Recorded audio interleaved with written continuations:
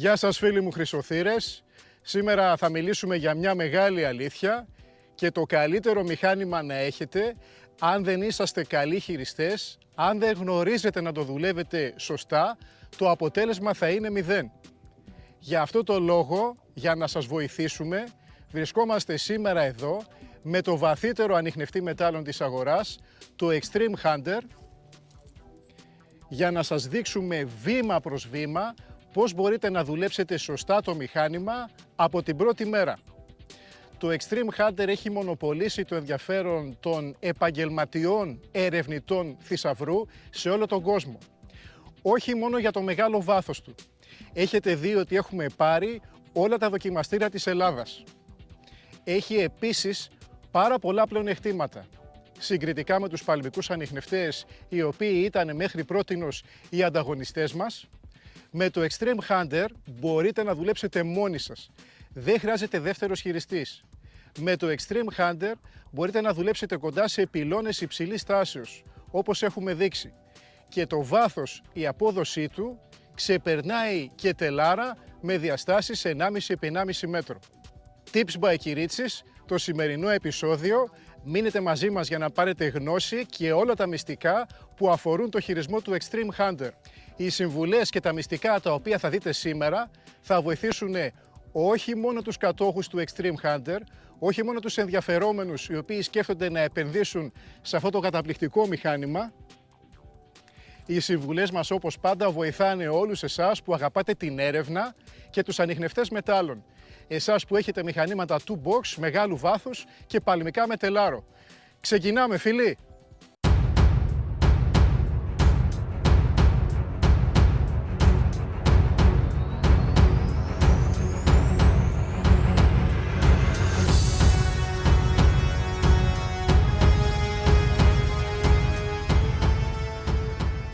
Οι ανιχνευτές μετάλλων της XP έχουν το προνόμιο να είναι ασύρματα μηχανήματα, τα πιο φορητά, διακριτικά και ελαφριά που μπορείτε να βρείτε στην αγορά.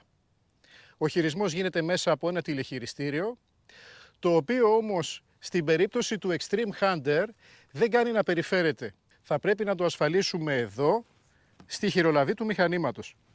Πολύ σημαντικό, επάνω μας δεν κάνει να έχουμε τίποτα το μεταλλικό. Ρολόγια, κλειδιά, κινητά, τηλέφωνα. Αυτό απαγορεύεται.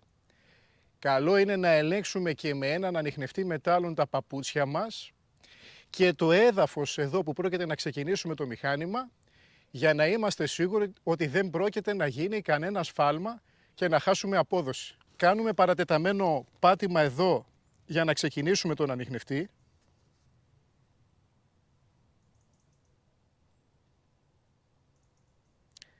Βλέπουμε την έκδοση λογισμικού για να ελέγχουμε και τις μελλοντικές αναβαθμίσεις.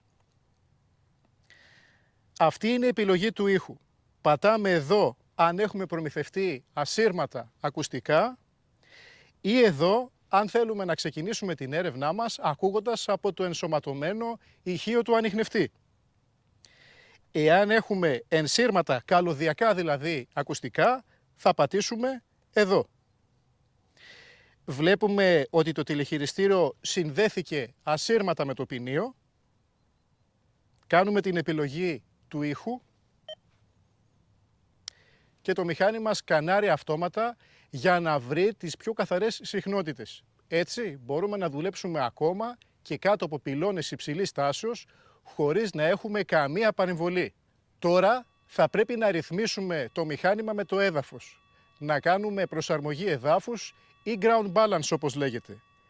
Κρατάμε παρατεταμένα το κόκκινο πλήκτρο συνεχόμενα και όταν δούμε το μηχάνημα με κλίση στην οθόνη, τότε το χαμηλώνουμε κοντά στο έδαφος με την μπροστινή κεραία πολύ χαμηλότερα, περί τους 10 πόντους. Περιμένουμε για μερικά δευτερόλεπτα, ούτως ώστε να πιάσει ο ανιχνευτής τον αριθμό εδάφους. Κατόπιν αφήνουμε το πλήκτρο και ξεκινάμε την έρευνα. Είναι πολύ βασικό να πιάσει ο ανιχνευτής το σωστό αριθμό εδάφους για να έχουμε μεγάλο βάθος και να μην έχουμε παρεμβολές από το φυσικό μετάλλευμα. Εάν πατήσουμε το πλήκτρο και στην προσαρμογή εδάφους ο αριθμός δεν αλλάζει από το προκαθορισμένο νούμερο 87, τότε προτείνω να μετακινηθούμε 10 μέτρα αριστερά, 10 μέτρα δεξιά, πιο πάνω, πιο κάτω, στον χώρο μας, να επαναλάβουμε την ρύθμιση εδάφους και αν πιάσουμε νούμερο διαφορετικό από το 87, έχει καλώς. Ξεκινάμε την έρευνά μας με αυτό το νούμερο. Εάν παρόλα αυτά το ground balance παραμείνει στο προκαθορισμένο νούμερο 87, δεν μας πειράζει και ξεκινάμε την έρευνά μας. Επάνω στην έρευνα παρατηρούμε αυτή την γραμμή στην οθόνη. Εάν μας κάνει κυματισμούς, τότε το μηχάνημα μας λέει με τον τρόπο του ότι έχει ρυθμιστεί σωστά, ότι θα δουλεύει στο μέγιστο βάθος. Δεν χρειάζεται να κάνουμε μηδενισμό. Όταν επάνω στην έρευνα η γραμμή γίνει ευθεία και ανέβει ψηλότερα, το μηχάνημα θα έχει αυτόν τον ψίθυρο. Πλέον δεν έχουμε κυματισμούς στην οθόνη και πρέπει να κάνουμε γρήγορο μηδενισμό πατώντας αυτό το πλήκτρο για να καθαρίσουμε τη γραμμή και να επαναφέρουμε τον κυματισμό. Και στη δεύτερη περίπτωση όπου η γραμμή πέσει προς τα κάτω και χαθεί ο κυματισμός, θα πρέπει πάλι να κάνουμε γρήγορο πάτημα στο πλήκτρο Reset για να καθαρίσουμε τη γραμμή και να έχουμε πάλι τον κυματισμό. Ο μηδενισμός μπορεί να γίνεται τακτικά, παράδειγμα κάθε λεπτό, 2-3 φορές. Μπορούμε να κάνουμε στιγμιαία επαναλαμβανόμενα πατήματα εδώ στο πλήκτρο Reset για να ρυθμίζουμε τον ανιχνευτή. Απαγορεύεται να κάνουμε μηδενισμό επάνω από ένα μεταλλικό αντικείμενο γιατί θα το απορρίψουμε και θα χάσουμε βάθος. Για το μέγιστο βάθος ρόλο παίζει και η απόσταση στην οποία κρατάμε τον μπροστινό ποινίο, τον δέκτη, από το έδαφος. Θα πρέπει να είναι με κάποια ελαφριά κλίση προς το έδαφος και σε απόσταση γύρω στα 10 εκατοστά. Εάν το κάνουμε αυτό, ναι μεν θα έχουμε το μεγαλύτερο βάθος, αλλά θα γίνει το μηχάνημα πιο ευαίσθητο, θα ανταποκρίνεται και σε μικροαντικείμενα. Εάν δεν θέλουμε παρεμβολές γενικά, τότε αυξάνουμε την απόσταση των ποινίων από το έδαφος. Ερευνάμε σε παράλληλες αρρώσεις, απόσταση αναμεταξύ τους, το πολύ 70 εκατοστά. Όταν θα φτάσουμε στο τέλος της άρρωσης, στρίβουμε, μηδενίζουμε και ξεκινάμε να ερευνήσουμε την επόμενη σάρωση. Όταν χτυπήσει ένα στόχο,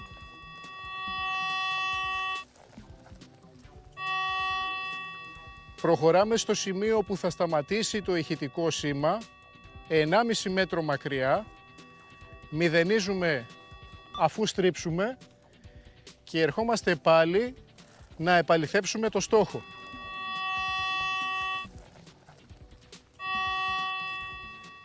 Μετά πάμε και σε κάθετες κατευθύνσεις, 90 μοίρες, μηδενίζουμε πάλι και ελέγχουμε το στόχο.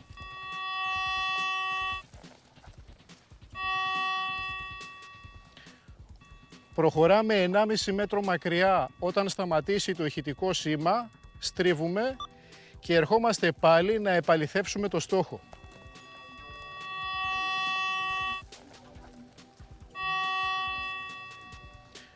Όπως είδατε, εάν ένας στόχος είναι επιφανειακός, είναι μέχρι τα 30 εκατοστά, θα έχει ένα διπλό χτύπημα όταν περνάει από πάνω του το εμπρός και το πίσω ποινίο.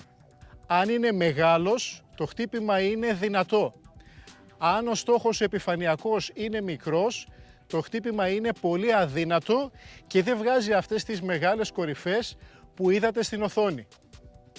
Όταν οι στόχοι είναι θαμμένοι βαθύτερα από τα 30 εκατοστά, θα έχουν ένα ενιαίο χτύπημα και ένα ενιαίο γράφημα στην οθόνη. Αν επαληθεύσουμε το χτύπημα και από τις 4 κατευθύνσεις, τότε ο στόχος είναι αληθινός. Εάν μας χτυπάει μόνο από μία κατεύθυνση και δεν χτυπάει από άλλη, τότε δεν ασχολούμαστε, προχωράμε την έρευνά μας. Τώρα θα σας δείξω έναν μικρό επιφανειακό στόχο, συγκεκριμένα πύλινο κιουπάκι με νομίσματα στο εσωτερικό του, για να δείτε τις καμπύλες και να τις συγκρίνετε με το μεγάλο στόχο που είδαμε πριν.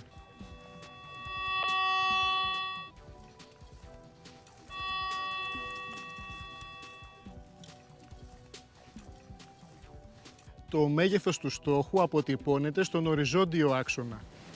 Ένα μεγάλο αντικείμενο είναι εκτενές, όπως βλέπετε εδώ. Ένα μικρό αντικείμενο θα είχε πιο σύντομο σήμα. Το βάθος του στόχου αποτυπώνεται στον κάθετο άξονα. Ένα επιφανειακό αντικείμενο, όπως βλέπετε εδώ, ανεβαίνει ψηλά, ενώ ένα βαθύ θα είναι χαμηλά. Ένα αληθινό μεταλλικό αντικείμενο φτιάχνει καμπυλωτά γραφήματα. Παρεμβολές από το έδαφος θα έχουν ευθεία αποτύπωση και δεν θα μας δίνουν καμπύλες. Αν έχουμε ένα τεράστιο σήμα στόχου και δυσκολευόμαστε να το επικεντρώσουμε, ακολουθάμε αυτή τη μέθοδο. Προχωράμε μέχρι να σταματήσει να χτυπάει. Κατόπιν ερχόμαστε με την πίσω κεραία στο στόχο και μαρκάρουμε το σημείο που ξεκινάει το χτύπημα. Εδώ. Αυτό το επαναλαμβάνουμε από τις 4 κατευθύνσεις.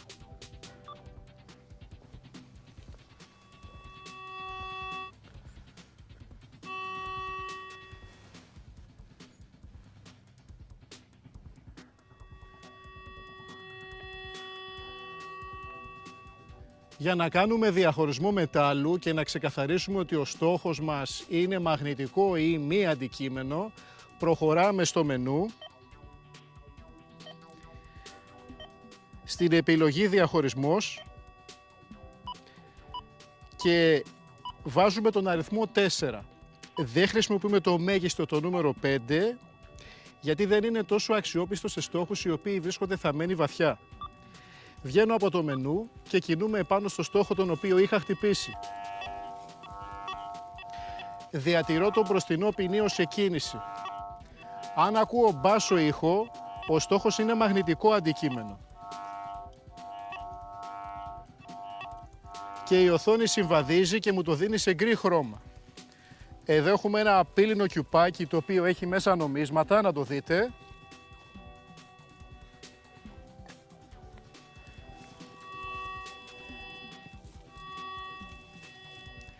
Και ο ανιχνευτής συνεχίζει και μου το δίνει στον υψηλό τόνο.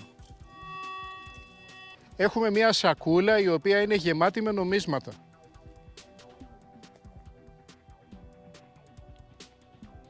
Ο ανιχνευτής δίνει τον υψηλό τόνο.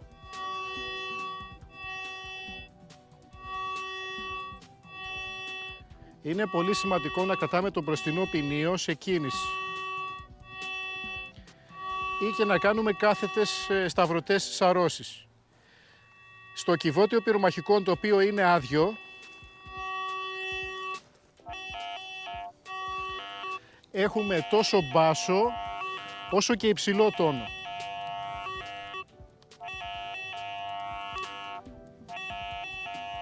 Βάζω τη σακούλα με τα νομίσματα μέσα στο κυβότιο για να δοκιμάσουμε αν θα μας δώσει διαφορετικό τόνο.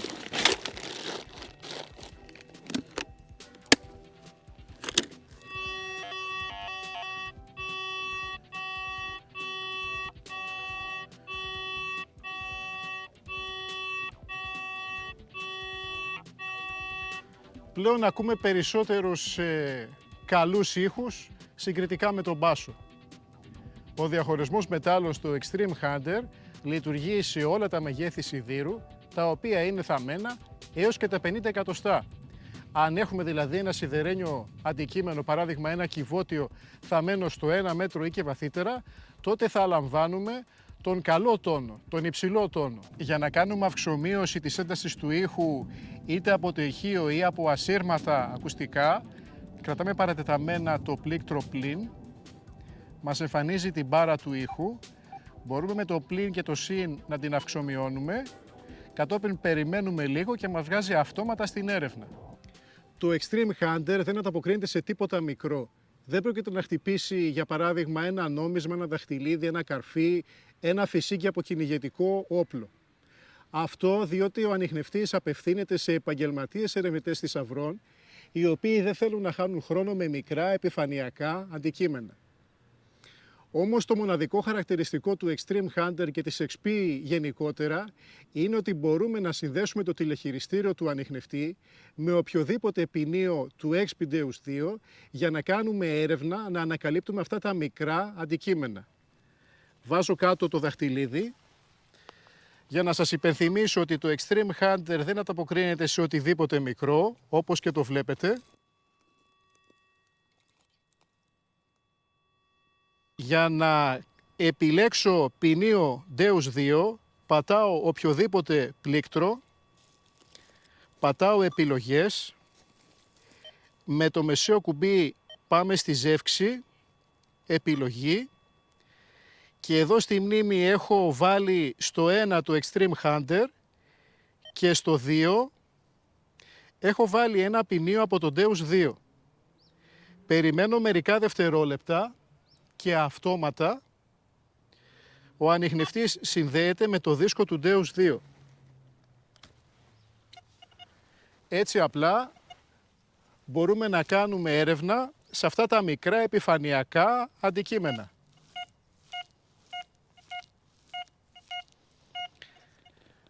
Το μοναδικό αυτό χαρακτηριστικό μας επιτρέπει να μεταφερθούμε από το Extreme Hunter στο Deus 2 για να κάνουμε επικέντρωση του στόχου τον οποίο πιάσαμε με το Extreme Hunter πριν το σκάψουμε. Αλλά και μέσα στο σκάμα που το Extreme Hunter δεν είναι αποδοτικό, δεν μπορεί να μας κάνει καλή επικέντρωση, μπαίνουμε με το ποινίο του Deus 2 και κάνουμε τη δουλειά μας, βρίσκουμε το στόχο γρήγορα, δεν χάνουμε χρόνο και αξιόπιστα. Το Extreme Hunter ξεκινάει πάντοτε στο εργοστασιακό πρόγραμμα P1. Αυτό είναι το πρόγραμμα που απευθύνεται σε έναν αρχάριο χειριστή.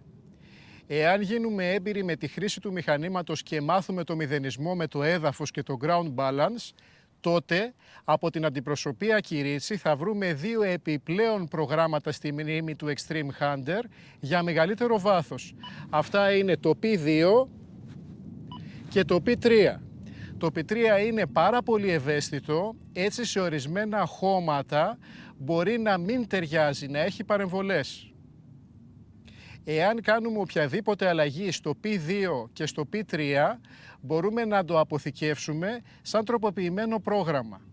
Το πρόγραμμα P1 όμως δεν αλλάζει και είναι εκεί σαν σημείο αναφοράς για τον αρχάριο χειριστή ή σε περιπτώσεις που θέλουμε το μηχάνημα να δουλεύει πολύ σταθερά. Πρόκειται να σας δείξω κάποιες ρυθμίσεις τις οποίες χρησιμοποιούν οι έμπειροι χειριστές στο χειρισμό του μηχανήματος για να βγάλουν ακόμα μεγαλύτερο βάθος. Πατάω οποιοδήποτε κουμπί, πατάω μενού. Πρώτα απ' όλα είναι η ευαισθησία η οποία αυξομειώνει το βάθος του μηχανήματος. Για δύσκολα χώματα με μετάλλευμα καλό είναι να μην βάλουμε παραπάνω από το 85. Έμπειροι χειριστές μπορούν να το ρυθμίσουν και στο 95 ή ακόμα περισσότερο, αρκεί να μην έχουν παρεμβολές. Άλλη ρύθμιση η οποία μας δίνει μεγάλο βάθος είναι ο ενισχυτής. Ο ενισχυτής δίνει ακόμα μεγαλύτερο βάθος συγκριτικά με την ευαισθησία. Μπορούμε να το ρυθμίσουμε μέχρι το επίπεδο 4. Ενισχύει τις καμπύλες των στόχων, οι οποίοι είναι βαθιά και μας τους δείχνει ξεκάθαρα τόσο οπτικά όσο και στο ηχητικό σήμα. Σε δύσκολα εδάφη, αν έχουμε παρεμβολές, μπορούμε να το μειώσουμε στο 3 ή και στο 2. Σε δύσκολα χώματα, για να μην έχουμε απώλεια βάθους, μπορούμε να βάλουμε τον ενισχυτή ψηλά στο 4 και την ευαισθησία να την κατεβάσουμε χαμηλότερα, στο επίπεδο 70. Μία άλλη ρύθμιση η οποία μας δίνει βάθος, σε μικρότερο βαθμό όμως, είναι και η κύληση συχνοτήτων. Αν την κατεβάσουμε στο 1, δουλεύουμε δηλαδή με χαμηλές συχνότητες, το μηχάνημα οριακά θα έχει κάπως καλύτερη απόδοση. Αυτές τις επιλογές μπορούμε να τις αποθηκεύσουμε στα προγράμματα του χειριστή, στο P2 ή στο P3. Μία άλλη ρύθμιση η οποία απευθύνεται στους έμπειρους χειριστές είναι και ο αριθμός του χώματος, το ground balance. Πατάμε οποιοδήποτε κουμπί και επιλέγουμε το μενού χώμα. Όσο κατεβάζουμε τον αριθμό του εδάφους, τόσο κερδίζουμε μεγαλύτερο βάθος για ευγενή μέταλλα. Όμως θα πρέπει να είμαστε έμπειροι στο χειρισμό του μηχανήματος. Αν το έδαφος έχει πολύ μετάλλευμα και κατεβάσουμε το ground balance χαμηλά, θα έχουμε παρεμβολές. Αν έχετε κάποιον στόχο για τον οποίο αμφιβάλλετε, αν είναι αληθινός ή είναι μετάλλευμα εδάφους, πρόκειται να σας δείξω μια πρακτική συμβουλή. Πρώτα απ' όλα μπαίνουμε στο μενού του χώματος. Κατεβάζουμε τον αριθμό εδάφους ανά 2 βαθμούς κάθε φορά, βγαίνουμε και μηδενίζουμε. Περνάμε σταυρωτά επάνω από το στόχο.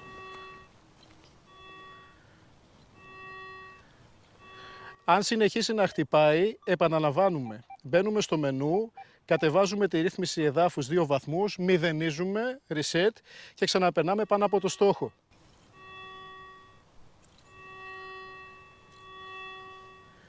Θα συνεχίσουμε να το κάνουμε αυτό έως να εξαντλήσουμε όλο το ground balance, να αλλάξουμε δηλαδή όλους τους αριθμούς, όλα τα φίλτρα του εδάφους. Πάμε πάλι.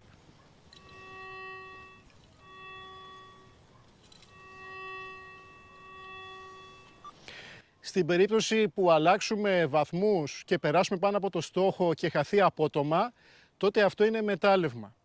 Εάν απλά εξασθενεί το ηχητικό σήμα προοδευτικά και δεν χάνεται, τότε μιλάμε για έναν αληθινό στόχο. Εφαρμόστε το, περιμένω να ακούσω τα σχόλιά σας κάτω στην περιγραφή αυτού του βίντεο.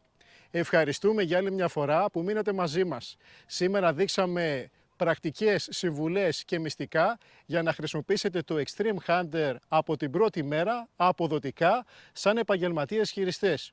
Οποιαδήποτε απορία έχετε μπορείτε να μας την αναφέρετε είτε σε σχόλιο είτε τηλεφωνικά. Να είστε καλά φίλοι μου, να ερευνείτε πάντοτε νόμιμα και σωστά με τους καλύτερους ανιχνευτές μετάλλων της αποκλειστικής αντιπροσωπείας XP Ελλάδας, ανιχνευτές μετάλλων Κυρίτσης. Να είστε καλά. Γεια σας.